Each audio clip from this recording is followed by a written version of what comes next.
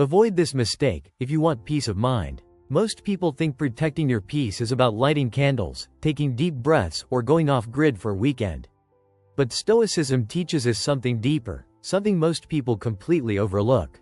Did you know your environment, specifically, the people you surround yourself with, is shaping your thoughts more than you realize? We all want peace, clarity, confidence. But what if the real challenge isn't what's going on inside of us, but who we're letting in from the outside? There are people in your life right now, some obvious, some subtle, who may be draining your energy, confusing your mind, and keeping you emotionally stuck. Not because they're evil, but because they're unaware. And if you're not careful, their chaos becomes your normal.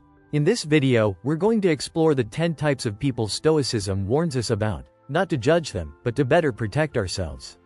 From emotional vampires and constant victims, to gossipers and manipulators, each one carries a lesson. And more importantly, a choice. If you want peace, focus, and emotional freedom, you need to do this. Learn to see clearly, so you can walk away quietly. Let's begin. Number 1. The people who drain your peace. What Stoicism warns us about. Have you ever walked into a room feeling good, only to have your energy completely zapped by someone's presence? You were smiling, motivated, maybe even planning something exciting for your weekend, and then someone starts complaining about how terrible everything is. And just like that, your vibe is gone. Your peace? Disturbed. Your thoughts? Chaotic. We've all been there. Whether it's a coworker who always plays the victim, a friend who constantly stirs up drama, or a family member who sees the negative in everything. You leave the conversation feeling exhausted, like you just ran a marathon of emotional weightlifting. But here's the kicker. It's not always their fault. Sometimes, we allow these people into our emotional space without realizing the cost. Now, enter Stoicism, a 2,000-year-old philosophy that teaches us how to guard our inner peace like a fortress. Marcus Aurelius, one of the most famous Stoics and also a Roman emperor, once wrote, "You have power over your mind, not outside events. Realize this, and you will find strength." In other words, it's not about changing them. It's about understanding how you respond. Stoicism isn't cold indifference, it's clarity. It tells us, if someone constantly drains your peace, that's not a relationship, it's a spiritual leak. Let's break this down. Stoicism identifies certain personality types not to judge or label, but to protect your peace and sharpen your discernment. These aren't just bad habits, they're energetic patterns. Patterns that slowly corrode your well-being if you don't recognize them. It starts with the eternal victim. You know the type, they never take accountability. Life is always against them. Their boss is unfair. Their partner doesn't understand them. The universe has it out for them. But ask them, what are you doing to improve it? Silence, excuses, blame. According to Stoicism, this type of mindset is dangerous, not just to them, but to you. Why? Because over time, their victimhood tricks your brain into believing that you should feel guilty for having boundaries or being happy. Suddenly, you feel selfish for setting limits. That's how you start absorbing their storm. And there's more. The Stoics also warn us about the complainer, the gossiper, the drama magnet. Not because these people are evil, but because their behavior reflects unresolved pain. And if you're not careful, their pain will begin to speak in your voice. Their chaos becomes your soundtrack. Think about it. Maybe you had a best friend in high school who always brought you into her problems. At first, it felt like bonding, like you were helping. But years later, you realize, you were never with her, you were always fixing her. And now, you're burnt out from being the emotional first responder. That's what Stoicism tries to prevent. It reminds us that peace isn't just about quiet rooms and candles, it's about intentional company. Nostalgically, we might remember a time when relationships felt simpler. When people didn't text paragraphs of complaints at 2 a.m.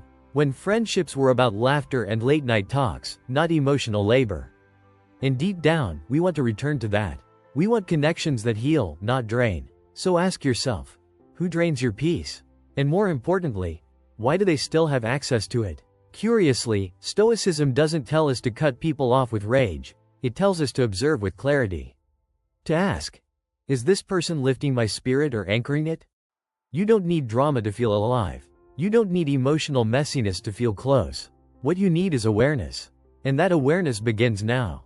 Number 2. Emotional vampires. How Stoicism helps you spot the toxic archetypes. Let's play a quick mental game. Picture 5 people you interact with weekly.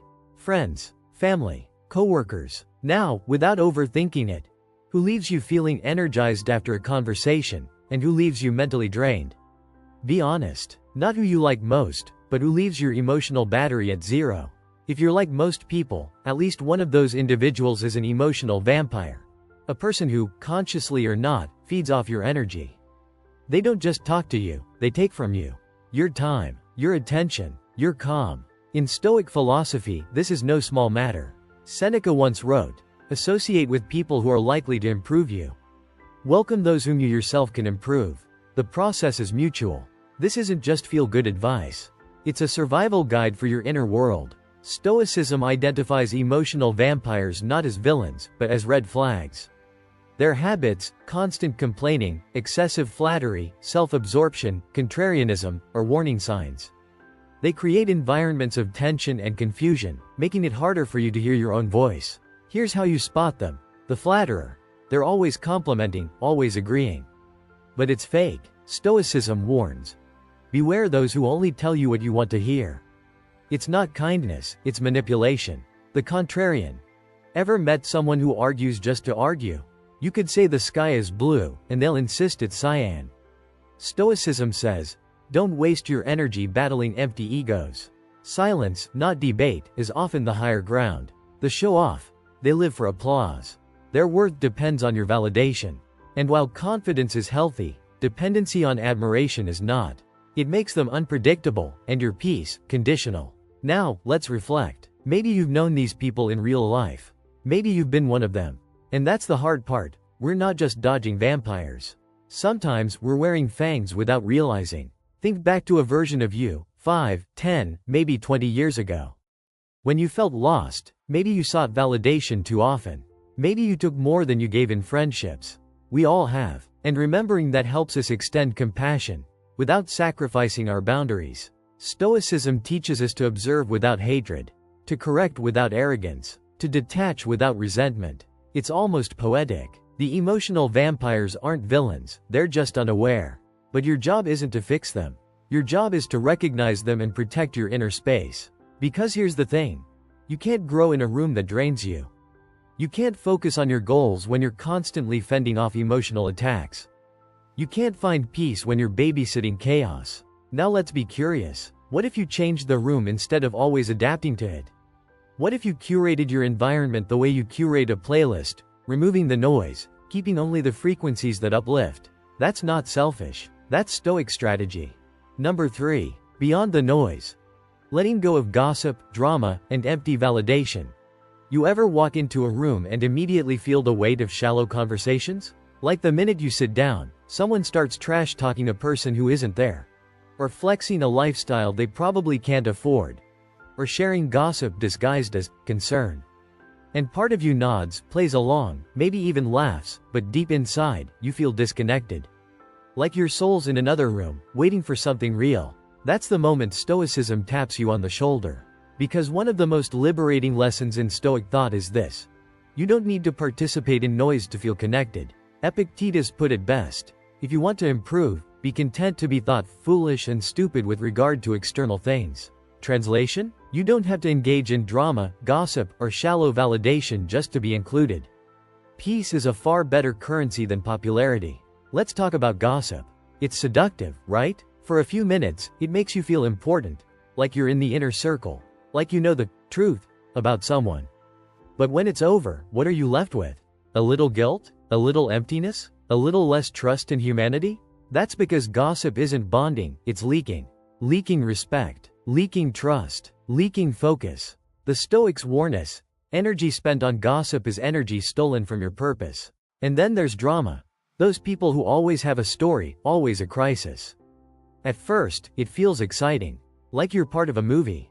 But eventually, you realize, you're just a background character in someone else's chaos. You're not solving anything. You're just orbiting their emotional roller coaster. We all remember that friend group from college, or maybe that one cousin, where everything was always a thing. Someone was mad. Someone got ghosted. Someone posted a cryptic Instagram story. And there you were, pulled in, forgetting your own peace, your own goals. Nostalgia kicks in. Those old times, full of chaotic fun and impulsive adventures. Maybe we even miss them sometimes. But would you go back? Fully? Would you trade today's clarity for yesterday's confusion? The answer is usually no. Because now, you crave more. You crave substance. Conversations that stretch your mind. Friendships that respect your time. Environments that don't exhaust your soul. And that's where Stoicism comes in, not to judge, but to help you build boundaries around your mental space. To let go of validation that's cheap and fleeting, and start earning the kind that's quiet and internal. Curiously, this raises the question, what would your life look like if you stopped performing? If you stopped laughing at the jokes that weren't funny, stopped nodding at gossip you don't agree with, stopped needing a crowd to feel complete? What would change if you removed the noise? Would you hear yourself better? Would you trust your path more? Would you finally feel peace? Number 4. The inner mirror. Identifying the traits within ourselves. Let's flip the script for a moment. It's easy to point out emotional vampires, gossipers, and drama magnets in others. But what if, sometimes, the person draining your peace is staring back at you in the mirror? Oof. Yeah, that hits differently. But here's the beautiful thing about Stoicism. It doesn't shame you for your flaws. It invites you to examine them. Marcus Aurelius, one of the wisest Stoics, journaled not to boast, but to confront his own contradictions. He wrote, "The impediment to action advances action. What stands in the way becomes the way." In other words, the things that feel like weaknesses? They're your roadmap. They don't make you broken, they make you human. And more importantly, they point to where your real strength can grow. So let's do something brave. Let's ask ourselves, have I ever played the victim to avoid responsibility? Have I ever exaggerated a story for attention? Do I sometimes gossip to feel included? Have I dismissed someone just to feel smarter? These aren't accusations. They're invitations to level up. Because if we don't pause and reflect, we become the very thing we swore we'd never be. That's why Stoicism is radical. It doesn't let us off the hook. It asks, do you want peace? Then stop outsourcing your problems. Look within. And when you do, something powerful happens. You stop fighting people, and you start fine-tuning yourself. You move from reaction to reflection. From ego to awareness. Remember those awkward moments from the past? Maybe in your early 20s, when you were chasing approval in all the wrong ways. You wanted to be liked, so you laughed at jokes you didn't believe in. Maybe you flexed achievements or copied others' opinions just to fit in. Looking back, it feels a little embarrassing, but also kind of freeing. Because that version of you wasn't weak, it was learning. And now? Now you're stronger, because you've lived both sides. Now you're asking better questions. Making more intentional moves. You're turning the mirror from a place of shame into a tool for growth. So here's the curiosity. What if every toxic trait you see in others is just a reflection of a shadow you haven't faced yet? What would change if you used every frustrating encounter as a lesson in self-mastery? Blank. _ blank. Number 5. Protecting your mind. Setting boundaries the Stoic way. Here's a truth no one really tells you growing up. You're allowed to protect your peace, even if it disappoints people. You're allowed to not answer that call. You're allowed to decline that invite. You're allowed to say, this doesn't work for me anymore, without needing a PowerPoint presentation of reasons. In fact, Stoicism demands it. Epictetus said, keep your attention focused entirely on what is truly your own concern. That's it. You are not responsible for fixing everyone. You are not obligated to absorb every crisis. Your job is to master yourself, and that means guarding your time, energy, and emotional space like sacred ground. But let's get real, setting boundaries isn't always easy. Especially when guilt gets involved. Maybe it's your mom who calls you 3 times a day just to vent. Maybe it's a friend who only shows up when they need something. Or maybe it's your boss who sends late-night emails expecting instant replies. And every time, a part of you hesitates. You think, I don't want to hurt their feelings, or, I'll deal with it just one more time. But that, one more time, turns into 10, and before you know it, you're drained, and resentful. That's where Stoicism steps in, not to make you cold, but to make you clear. Boundaries are not walls, they're filters. They don't push people away, they let the right ones through.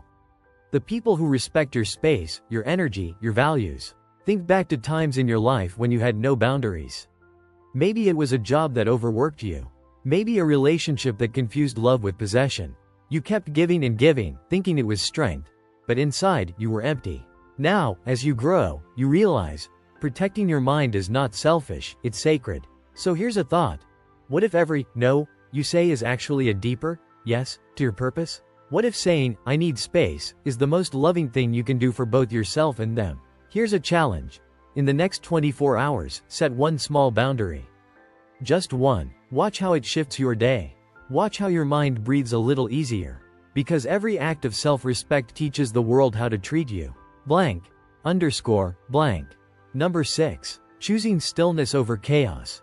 Building a circle that reflects strength. Let's paint a picture. Imagine you walk into a room, and instead of noise, comparison, drama, or chaos, there's presence. There's peace. There's a quiet confidence. People listen. People reflect. People don't rush to talk, they think. You feel seen. Not for your status or your followers or your stories, but for your essence. Sounds rare, right? But it's possible. And according to Stoicism, it's essential. The people around you should not pull you away from your path, they should sharpen it. Marcus Aurelius wrote, "The happiness of your life depends upon the quality of your thoughts." And here's the truth. Your thoughts are shaped by your environment. If you're constantly surrounded by emotional chaos, your mind can never settle. If everyone around you thrives on outrage and noise, it's hard to hear your own wisdom. That's why your circle matters. It's not about cutting everyone off and moving to a mountaintop. It's about consciously choosing to spend more time with people who reflect the values you're trying to build: stillness, strength, clarity, and compassion. But here's the twist. You don't find those people by chasing them. You find them by becoming that person. You want friends who are calm? Practice calmness. You want relationships built on depth? Speak deeply. You want less chaos? Live with less reaction. And slowly, the room changes. Nostalgically, we all remember a season of life when chaos was the norm. Maybe it was high school drama, or that college phase where being in the mix felt like a badge of honor. Maybe your social media was full of people shouting opinions, fighting comment wars, and flexing lifestyles. But you've evolved. Now, you crave something richer. Stillness isn't boring, it's powerful. It's where all your clarity lives. All your creativity. All your healing. And when your circle reflects that same energy, you grow together. So let's end on a curiosity. What would your life feel like if you stopped surrounding yourself with people who pull you back, and started building a circle that reflects the future you, not the past you? Wouldn't that be worth everything? If you've made it this far, you're not just a passive listener. You're someone who's actively choosing growth. Most people stop halfway. They scroll, they skip, they forget. But not you. You've stayed through the hard truths, the self-reflection, and the uncomfortable realizations. That alone makes you part of the rare 0.01%, the few who actually finish what they start. Drop a full score in the comments if you're still here. It tells us you're serious about protecting your peace and transforming your life. And if you're truly committed to this journey of clarity, strength, and inner power, subscribe to the channel right now. Because this isn't just content, it's a movement. And we're just getting started.